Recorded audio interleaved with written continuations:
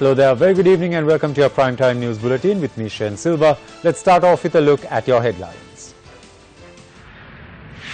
UNP Working Committee gives green light to political council appointments. Joseph Michael Pereira leaves UNP Working Committee. Police fire tear gas at Inter-University Bhikkhu Federation protest. Professionals challenge Minister Malik Samaravikrama to explain the basis of signing free trade agreements. Central Bank Governor says lack of logic in IMF policy. ICC board decides to give all member nations T20 international status.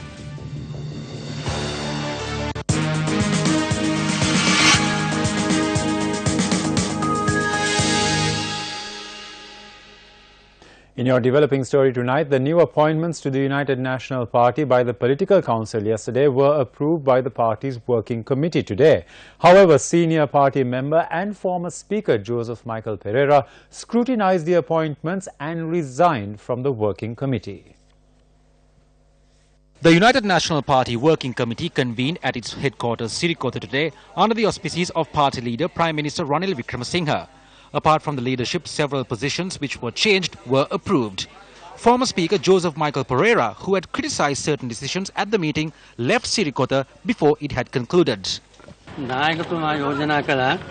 leader proposed Sajith Premadasa be appointed as deputy leader and Ravi Karunanayaka as assistant leader, and he asked if there were any objections. I said I object, not to the position of deputy leader but to the position of assistant leader being given to Ravi. Then I asked if I am allowed to speak here. They said no. Then I asked could I speak outside. I was told as a working committee member I cannot. So because of that I am resigning from the working committee. I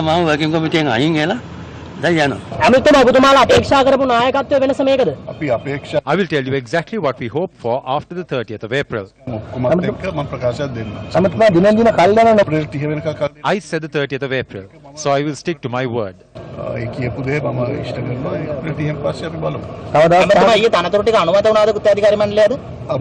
Yes, they have. People like myself wanted an election, but we were told that there was no provision for something like that in the Constitution. The decisions taken at today's working committee meeting were officially announced by the party's new General Secretary, Minister Akila Viraj Karyawasam. I want to take Sirikota, this party, to the village, which will be implemented from today. According to the new appointment, Sajith Premadasa will be appointed as deputy leader, Ravi Karunanayaka as assistant leader, myself as general secretary, Navin Disanayaka as national organizer, Harsha De Silva as treasurer, Harin Fernando to the propaganda division, Ajit P. Pereira as trade union secretary, and Ruwan Vijayawardena as deputy general secretary. He made a request to appoint someone else to this position and he would take up a different responsibility.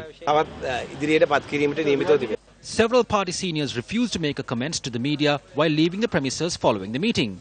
Ministers Thalata Atukorala and Lakshman Kiryala were among those who refused to make a comment. We raised the point that a new change is needed, but under this constitution we were only able to take this battle to its maximum point.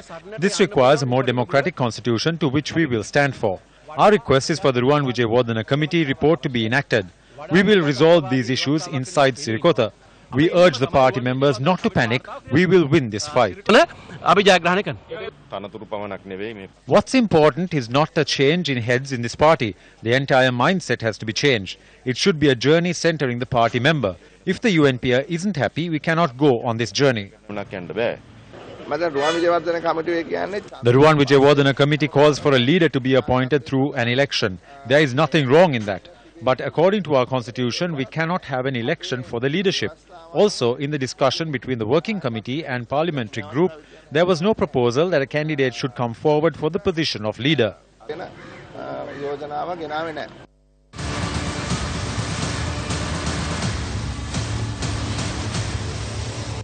The whole country was looking at what is going to happen inside the United National Party and how things are going to unfold in terms of the leadership.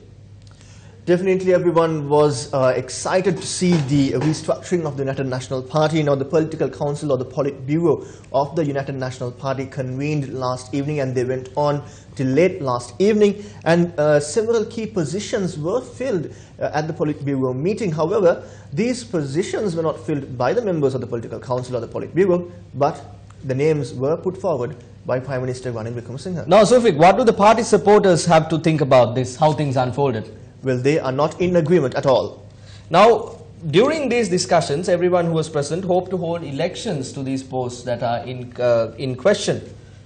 Backbenchers of the United National Party continuously said that an election should be held. That's right, Chaturanga. Now, 20 MPs of the UNP convened for meetings at 3 different occasions and held discussions. Yes, now they had planned to use the backbenchers of the party to produce certain names and the UNPs as well as party seniors for these positions to take the party forward. Now, there were rumors that in some way there will be a situation that will be created to stop the backbenchers from coming forward by using the seniors of the party, or to control the backbenchers using the seniors of the party. Now, that is exactly what happened today. Now, the names of the supposedly nominated political council of the UNP were produced before the working committee today. Now, the leader of the UNP, Ranil Wickremesinghe, produced these names before the working committee. Now, he said these are the names that have been put forward by the political council or the Politburo. Now, at this very moment, allegations are raised about the method that was used in putting forward these names. Now, 2 party seniors had a problem about this. There were arguments that were raised about a certain statement made by State Minister Ajit P. Pereira. Deputy Minister Ajit P. Pereira and Deputy Minister Ranjana Amanayaka had to intervene to douse the situation. Now, there were rumors, Sulfik, to say that once again, as I mentioned earlier, party seniors will be used to stop an election being held for these party positions. And as you said, that is exactly what happened. Now, was this a plan to create a rift in the party to solve or to stop an election being held?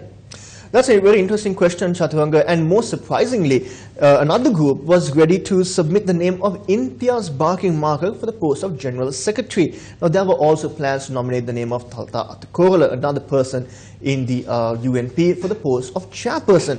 Now, Imtiaz Barking Marker had reportedly received a phone call yesterday requesting him not to arrive at the working committee meeting today. But we all know Imtiaz Barking Marker, and he made his way to the working committee today. So, though Imtiaz Barking Marker arrived at the working committee meeting today, several names that were supposed to be nominated by the backbenchers, party seniors, arrived late to the working committee meeting today. To be more precise, Sulfik, one person arrived about an hour late and the other person arrived about 2 hours late.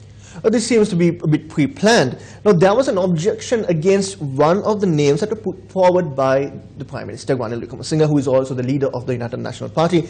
Now, this particular state minister had stood up at this meeting and said, look, there is someone better than me for this position, so you need to appoint that position. However, at the working committee, they said you didn't have 1/3 majority, and therefore, this individual or this particular state minister had to settle with this post, even though he believed there was someone better than him for that position. The backbenchers, Sulfik, are disappointed of what has happened and what has been going on. Several of them, to be precise, 12 of them came forward and held a meeting this morning. They went to the parliamentary complex and they met with 2 seniors of the United National Party. Now, what they did there was to discuss about the party reforms and how things basically unfolded. They had held discussions to say what happens when they go to the village, how do we face our village voters, and how can we teach this leadership a lesson and the way forward. Now, there were apparently discussions to say whether they are going to sit separately or independently in the parliament to go into the opposition, things like that. But several senior members of the party, or the 2 senior members they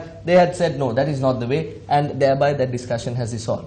That's right, Chaturanga. One idea was to go for a separate party, but some seniors, like you said, have disagreed. And then they're trying to rally up to show that restructuring is not sufficient at all in the United National Party. Now, their final decision will be whether to be independent in Parliament or to sit with the opposition in Parliament.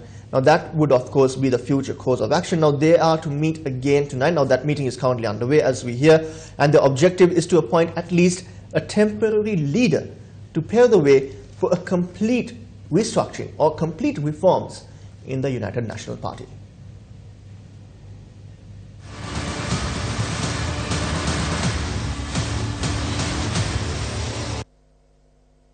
Moving on to other local stories now, the United National Party Protective Organisation convened a media briefing in Dambulla to comment on the party's actions. We opposed the appointments made yesterday. Party leader Ranil Wickremesinghe was a good horse back then. However, he is not suitable for the present situation. We request a leader who is accepted by the country and one who understands the grassroots be appointed as party leader. The party supporters or the politicians did not call for a change in the general secretary or the chairman. They called for a change in the party leadership. Without good party leadership, the village voter will not go to cast their vote. All the supporters in one voice call for a leader who can be put forward to contest the polls.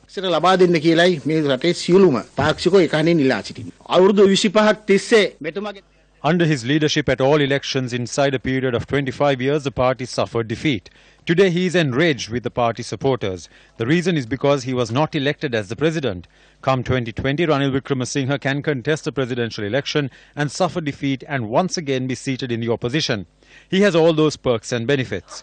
However, he has failed to understand the pain of the grassroots. As a group that loves the party, we call on everybody to come together.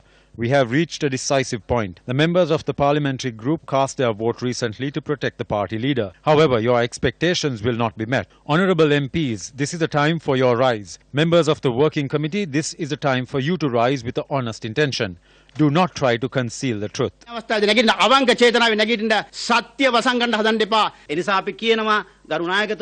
We want the leadership.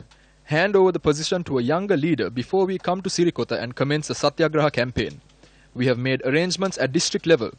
We will be compelled to bring a large group and commence a Satyagraha campaign. Do not make us reach that position. We request you to take action before the horse leaves the stable. Just because makeup is added on a feeble old man, he will not be able to run the 100 meters race. He is old. The UNP will not be able to secure power again with makeup.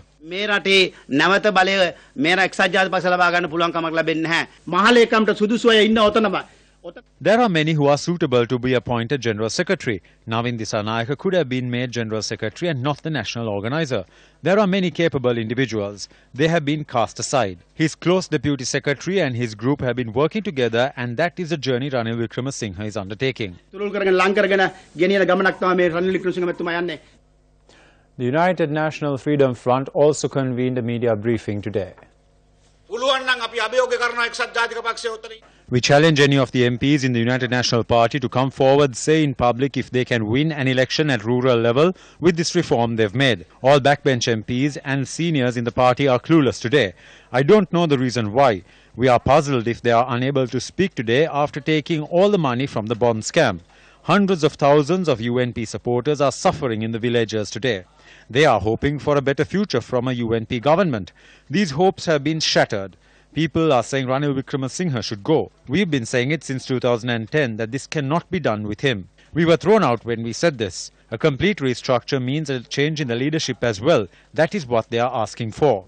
But today the leader is deciding who should be appointed. Where is the mandate? Ranil Wickremesinghe can play any game and win the working committee and parliamentary group. He can play any game in parliament and win as well. But can he win an election? No, he cannot. That is why the UNPers are suffering.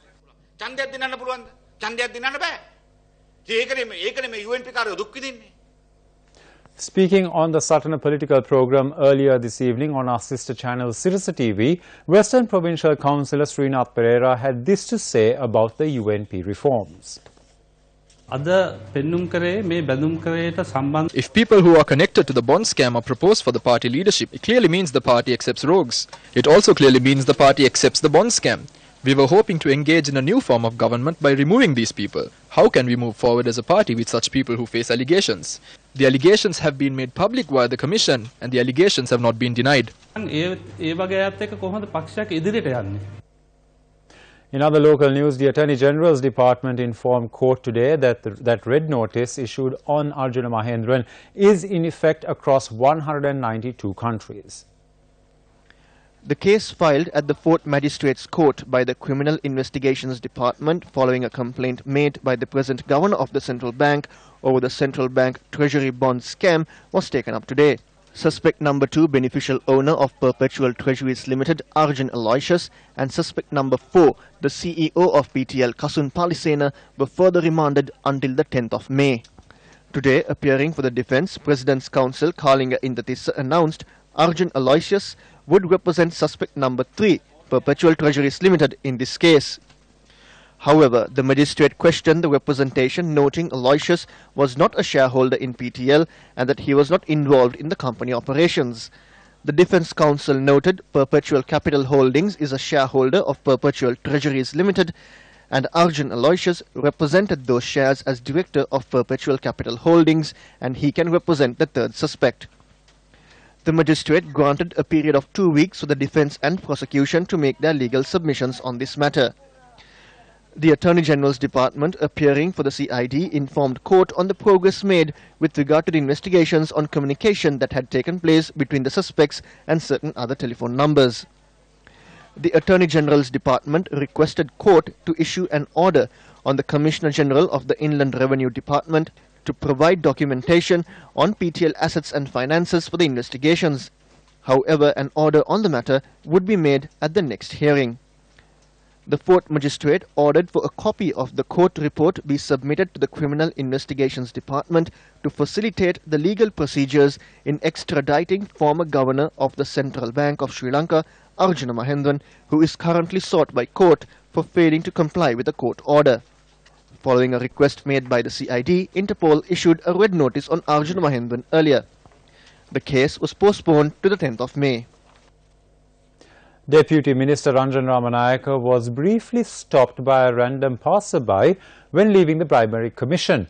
The Member of Public, speaking to the Deputy Minister, remarked on the United National Party reforms. Deputy Minister Ranjan Ramanayaka visited the Commission to investigate allegations of bribery or corruption to make a complaint over alleged malpractices at Sri Lanka cricket. When the Deputy Minister was leaving the premises, a motorcyclist stopped the Minister in his path to make several comments.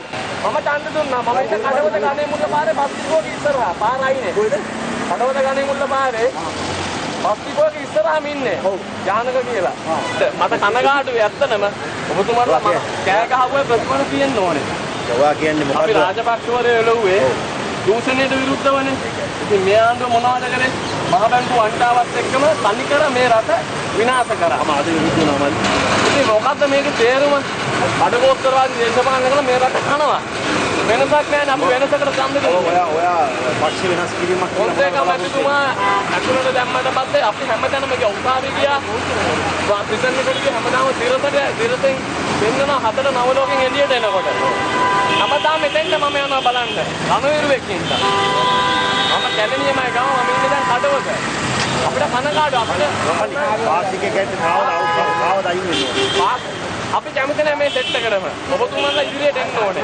කවුද අයින් වෙන්නේ? First class level එකේ සජිත් ප්‍රේමදාස, නවීන් දිසානායකම මේ set එකට මේ ගැන්ටියට වාසයන් කියන ඔබතුමා ඉන්න ඕනේ. මෙතන. තනතුරු නෙමෙයි අපිට ඕනේ. පුද්ගලයා හොඳයි මම ජානක මෙල්ලා කියලා කියන්නේ. සජිත් ප්‍රේමදාස මැතිතුමා මොකක්ද මේ වෙන්නේ? දැන් බලන්න මේ ගෑනු ටිකක් කාලා මේ ටීම් එකට කරන වෙලේ අපිට පක්ෂිකාවට වැඩක් නැහැ. ඔය ගෑනු ටික නෙන්නේ. අපිලා විරාජ්ලා. මම යන්න.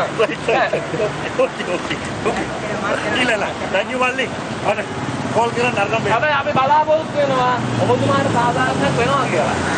යායෝ. එතනද? එදත් සිද්ධිය වගේම අදත් ඉන්න හෙටත් ඉන්න කියලා අපි ප්‍රාර්ථනා කරනවා. The United National Party, which secured the highest number of seats in the Hambantota Municipal Council at the recently concluded local government elections, lost control of the council today. Former Mayor Eraj Fernando, who represented the Sri Lanka Freedom Party, was elected as the mayor of the council. Members representing the Sri Lanka Podujana Peramuna supported the former mayor at the vote today. The United National Party secured 9 seats in the body at the recent polls. In addition to this, the Sri Lanka Podujana Peramuna secured 7 seats, the Sri Lanka Freedom Party secured 4 seats, and the JVP secured 1 seat. While Eraj Fernando polled 11 votes, including those of the Sri Lanka Podujana Peramuna, D.A. Gamini, who represented the United National Party, got only 9 votes. The JVP abstained from voting. As mentioned in your headlines tonight, police today took steps to disperse a protest organized by the Inter-University Bhikkhu Bala Mandalaya held opposite the University Grants Commission. The monks belonging to the Inter-University Bhikkhu Bala Mandalaya commenced their protest at the Fort Railway Station and proceeded to the University Grants Commission. They alleged the recruitment of students for the Buddhist philosophy course at universities has been suspended. The protest resulted in heavy traffic congestion in and around Ward Place, Colombo. The monks participating in the protest had attempted to enter the premises of the University Grants Commission. prompting the police to intervene.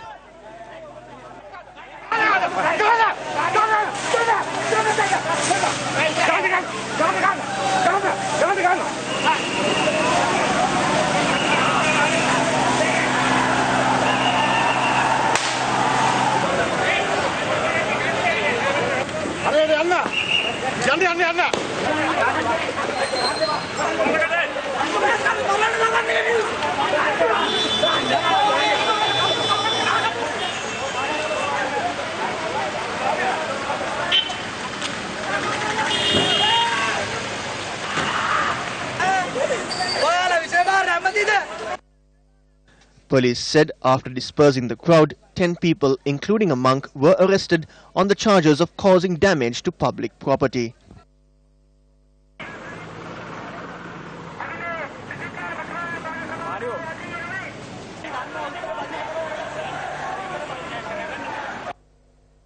The Professionals National Front has put forward 10 questions to Minister Malik Samaravikrama and says if the minister fails to answer these questions, he must resign immediately. These questions are based on the Sri Lanka-Singapore Free Trade Agreement. The key question raised by the PNF is, why were the importers, cabinet and the president deceived by including a list of goods which have already been granted concessions into this trade agreement? The PNF questions, why was the entire land and ocean mass of Sri Lanka considered in the agreement when only 10% of privately owned land in Singapore was considered for the agreement? In addition, they asked the minister, why was there no feasibility study carried out prior to entering the agreement, casting aside all globally accepted norms? They asked the minister, why wasn't a single professional body consulted before entering the agreement, and why did the minister lie to the media stating he consulted the professionals? The Professionals National Front questions the minister, why were unsuitable individuals appointed to the delegation that held discussions with Singapore over this trade agreement. In Sri Lanka, steps have not been taken to introduce legislation to protect the jobs and the various sectors. At a time when there is no secure legislation within the country, why was an arbitrary agreement signed and why did Malik Samaravikrama do so? What was the basis to do that? He has to disclose those details to the country. What benefits did the country gain by entering into this agreement? What are the benefits the people receive from this? He obviously would have done it as there is some benefit. So what is it?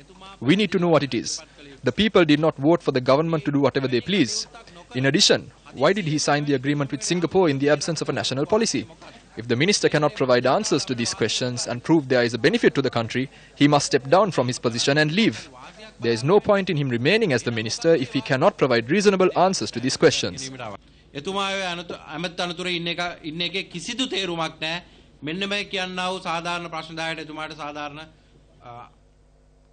In the meantime, Governor of the Central Bank of Sri Lanka, Dr. Indrajit Kumaraswamy, says that there is a lack of logic in IMF policies. The Governor expressed these views during an event held to unveil the 2017 annual report of the Central Bank. The Central Bank notes that the country's economic growth for the year 2017 was unexpectedly low at 3.1%. The 2017 annual report of the Central Bank noted that inclement weather and its after effects caused a negative impact on the country's economy. It notes that Sri Lanka has advanced gradually to reach a per capita GDP of $4,065 by 2017, establishing itself as a middle-income country. The report also notes that the Sri Lankan rupee depreciated against the US dollar by 2% during the year. I think it's a myth, really, to say that when you depreciate the rupee, your external debt liabilities become aggravated. Because you borrow in foreign exchange, we tend to borrow in US dollars, and you have to pay back in US dollars. So when the borrowing is incurred, for accounting purposes, it is recorded in rupees. And when you depreciate the currency, that amount does increase. But you pay back out of inflows into the country by way of export earnings, by way of borrowings, by way of capital flows of other sort. So it's all done in foreign exchange. You borrow in dollars, you pay back in dollars. So to say that by depreciating the currency, that you are losing a lot of money which could otherwise be used for development activity is a complete nonsense, really. The governor also expressed the following views. But you know, there is a lack of logic in the IMF position because the central bank for the last 18 months has not sold dollars into the market. So that has been as flexible as it possibly can be. At the same time, the IMF tells us that we should purchase from the market. They've given us a target to build up reserves. So I don't see how we can be more flexible. So there is a flaw, there is a logical flaw in that flexibility word.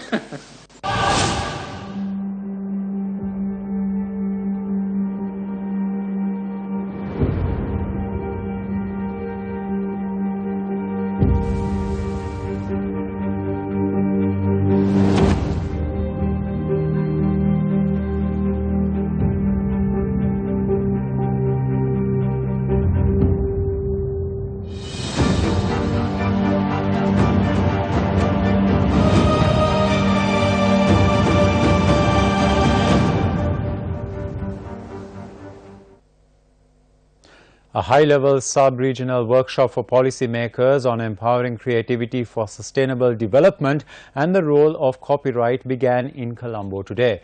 The workshop is organized by the National Intellectual Property Office in Sri Lanka. Officials of the World Intellectual Property Organization and 9 delegates from the South Asian countries attended the workshop on its first day today. Officials of the WIPO included its legal officer Paolo Lanteri. Director General of the National Intellectual Property Office in Sri Lanka, Geethanjali Ranawaka, spoke to Newsfirst and explained the importance of the workshop. Today's World Intellectual Property Day theme is innovation and empowering women for creativity. That is the world scenario, but introduced by the World Intellectual Property Organization. But for us, it's not only women, but also public. Whole country needs to go ahead with creative activities. So therefore we thought first best thing is to have copyright as a subject, and also to go ahead with an action plan for the whole region, South Asian region, one action plan, so that all countries can implement copyright protection way forward. Today's Colombo sessions are part of over 230 worldwide events to celebrate yet another WIPD, an annual event that has been commemorated since 2000. During the sessions, the WIPO is to support the National Intellectual Property Office in Sri Lanka to finalize its National IP Action Plan, a milestone in Sri Lankan IP.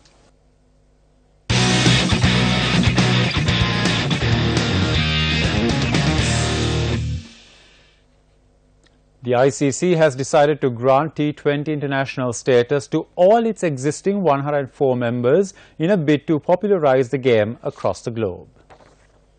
The move will effectively mean that a T20 match between Argentina and Papua New Guinea will have international status from now on. All member women's teams will be awarded T20 status on the 1st of July 2018, whilst all member men's teams will be awarded T20 status on the 1st of January 2019, following the cut-off point for qualification to the ICC World T20 2020. Rankings for women and men will be introduced in October 2018 and May 2019 respectively. The ICC has decided to convert the 2021 Champions Trophy scheduled in India into a World T20 event. Before wrapping up the news, the Sirasa Union Assurance Vesak Zone will be held in the environs of the Capital Maharaja organization this year as well, from the 29th of this month to the 1st of May. The sacred relics that will be placed at the Sirasa Vesak Zone are currently making their way to Colombo on ceremonial motorcades.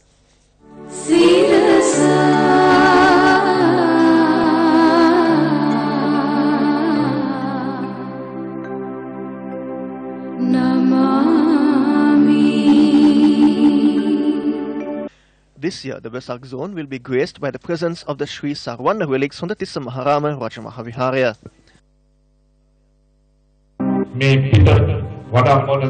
This is the second time that we are bringing the relics to the Sirasa Union Assurance Vesak Zone. It is truly special to be able to be part of such an event.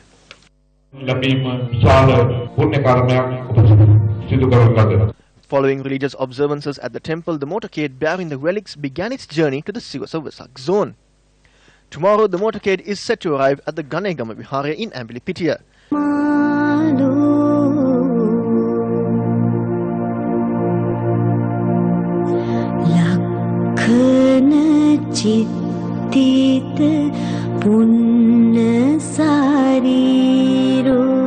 The Sarwakya relics and the relics of the Anubudu Mihindu Maharahat Thero arrived at the Yantan Palawa Kohilapokuna Vihara in Kurunagala after commencing its journey from the historic Mihintale Vajamaha Vihara.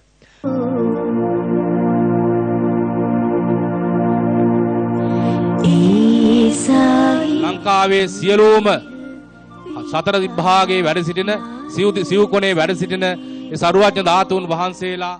Everything is ready to bring the sacred relics from all corners of the island to the Sirasa Vesak zone and to venerate these holy relics. This is being done in accordance with the advice of the chief prelate of the Malwatu sect. වහන්සේගේ අවවාද අනුශාසනා පරිදි තමයි මේවා අද දින මිහින්තලාවෙන් සිරස වෙසක් කලාපයේ දක්වා වැඩමුළු ලබන්නේ.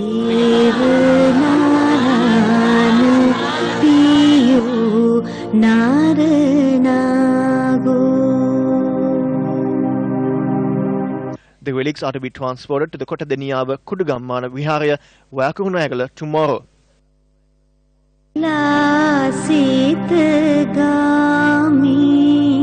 The Agrashavaka relics were placed at the Moravaka Banagal Vihara yesterday. Area residents have been given the opportunity to pay homage to the sacred relics over the next 2 days.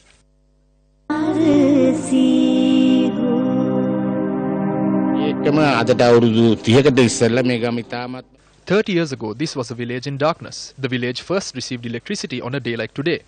Today also marks 30 years since the death of my father, who lived in this village. I think this is something that is of great value to both me and everyone in this village. The